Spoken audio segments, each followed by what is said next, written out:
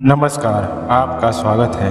दोस्तों, एक बार देवी राधा कृष्ण जी के साथ गोलोक में विश्राम करते हुए श्री कृष्ण जी से कहती हैं, आज हमारे मन में कुछ प्रश्न उठ रहे हैं। कृष्ण ने मुस्कुराते हुए कहा, हे देवी राधा, जो भी आपके मन में है कृपा करके प्रश्न करो, संकोच होकर के बोलें, मैं इन प्रश्नों का उत्तर आपको अवश्य ही दूंगा। राधा रानी कहती हैं, हे प्रभु, ये प्रश्न यह है प्रभु, पर नारी जाति को ही गर्भ क्यों होना पड़ा? किस श्राप के कारण महिलाओं को गर्भवती होना पड़ा? बात का भेदभाव क्यों होता है? जानना चाहती हूँ। सब भगवान श्री कृष्ण जी कहते हैं, देवी, आपने जो प्रश्न किए उनके प्रश्न बहुत विचित्र हैं, तो आपको इसके विषय में महत्वपूर्ण कथाएं सुनाता हूँ। इसे ध्यान से सुने।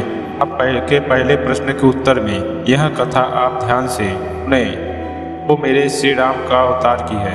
वीडियो में आगे बढ़ने से पहले चैनल पहली बार आए, चैनल को सब्सक्राइब करके बेल आइकन पर दबा दीजिएगा। कमेंट में हरे कृष्णा राधा जरूर करिएगा।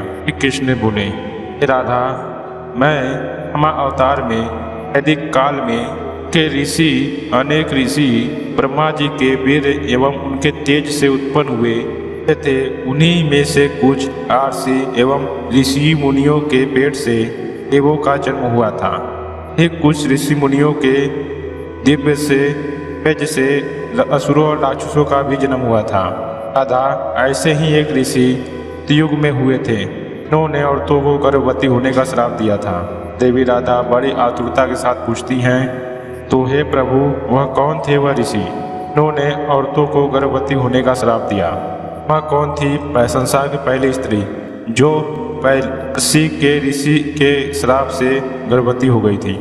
श्री कृष्ण कहते हैं, हे देवी राधा, इस कथा का वर्णन महर्षि वाल्मीकि के रामायण के उत्तरकांड में किया गया है। यहाँ पर प्रभु श्री राम को महर्षि अगस्त्य इस कहानी को बताते हैं।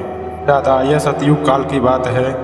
ब्रह्मा जी के मानस पुत्र महर्षि पुलस्त सुमेरु पर्वत के उच्च स्थित आश्रम में और तपस्या कर रहे थे।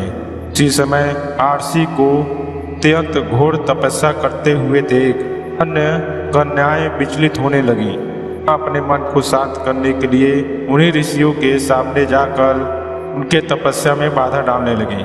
वे आर्षि पुलस्त जी ने वहाँ पर स्थित सभी कन्याओं को श्राप दे दिया, जो भी उनके सामने स्त्री आएगी की नजर पड़ते हुए उनकी कन्या गर्भवती हो जाएगी। तो भगवान श्री कृष्ण जी कहते हैं, हे देवी राधा, ऋषि पुलस्त जी की मौजूद सभी स्त्रियां डरकर भाग गईं। तो ऋषि आर्षि दो की कन्या को ऋषि पुलस्त के श्राप के बारे में कुछ भी जानकारी नहीं थी, इसलिए वहाँ एक अपने सहेली को ढूंढते हुए जान वह ऋषि पुलस्त जी के जा पहुंची। ऋषि पुलस्त जी उस समय वेदों का पाठ कर रहे थे। ऋषि पुलस्त जी ने ऐसी ही नजर उठाकर कन्या को देखा। इस श्राप का असर उस कन्या पर प्रभावित होने लगा। काल ही उसकी शरीर पीला पड़ गया और वह गर्भवती हो गई। अपने शरीर में इस प्रकार का परिवर्तन देखकर कन्या घबरा कर अपने पिता के पास पहुंच गई। दोस्तों, भगवान श्री कृष्ण जी कहते हैं, देवी राधा, अपनी कन्या की ऐसी हालत देखकर ऋषि त्रिबुंडु को बड़ा ही दुख हुआ। अभी उन्होंने अपने ध्यान की दृष्टि से अभी घटित घटनाओं का अनुमान लगा लिया।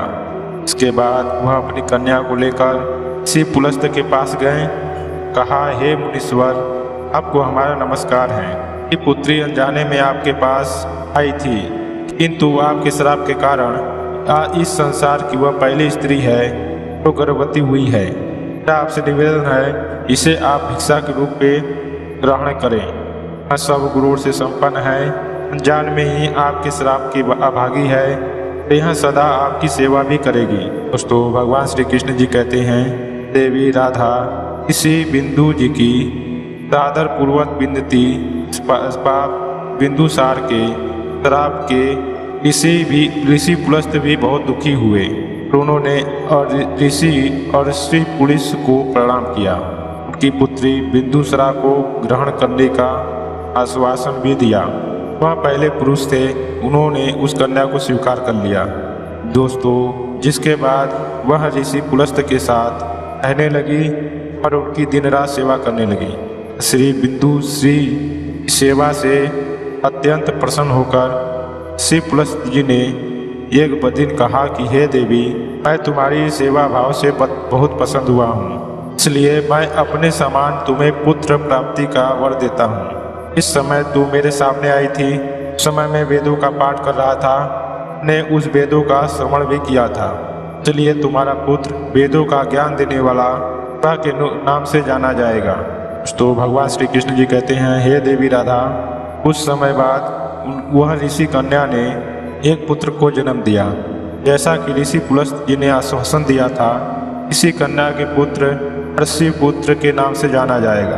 दोस्तों भगवान श्री कृष्ण जी कहते हैं, हे देवी राधा, हम इतना बड़े होने पर अपने पिता ऋषि पुलस्त जी के समान बड़े ही तपस्वी हुए। ऋषि विश्वामित्र के तपस्वी को देखकर ऋषि भारद्वाज बहुत ही पसंद हुए थे। के बाद उन्होंने अपनी बड़ी कन्या का विवाह उनके साथ कर दिया। दोस्तों भगवान श्री कृष्ण जी कहते हैं, हे देवी राधा, के चलकर विश्वामित्र को एक सुंदर गुणवान बलवान पुत्र प्राप्त हुआ, जिसका नाम श्रवण रखा गया। वह श्री कृष्ण जी कहते हैं, हे देवी राधा, श्रवण का एक नाम और है कुबेर है। भगवान श्री कृष्ण जी कहते हैं, वे मैंने आपके पहले सब प्रश्नों का उत्तर दे दिया है। देवी राधा, आपके दूसरे प्रश्न का उत्तर था, केवल नारी ही गर्भवती हो सकती हैं। ध्यान से सुनो, के समान पुरुष भी अपने दिव्य रूप से गर्भवती हो सकते थे, किंतु हे देवी राधा, एक स्त्री को संसार में एक दिव्य शक्ति ब्रह्मा जी ने दी है कि रचना करने में उन्होंने 1 गुना समय लगाया था। इसलिए नारी को यह श्राप रूपी वरदान है, वह इस संसार का निर्माण ब्रह्मा जी के बाद स्वयं कर सकती है। तो उम्मीद है यहाँ आपको कथा बहुत ही पसंद आई होगी। वीडियो को लाइक करें और चैनल पहली बार चैनल को सब्सक्राइब करें। कमेंट में जय श्री कृष्ण जय लिखें।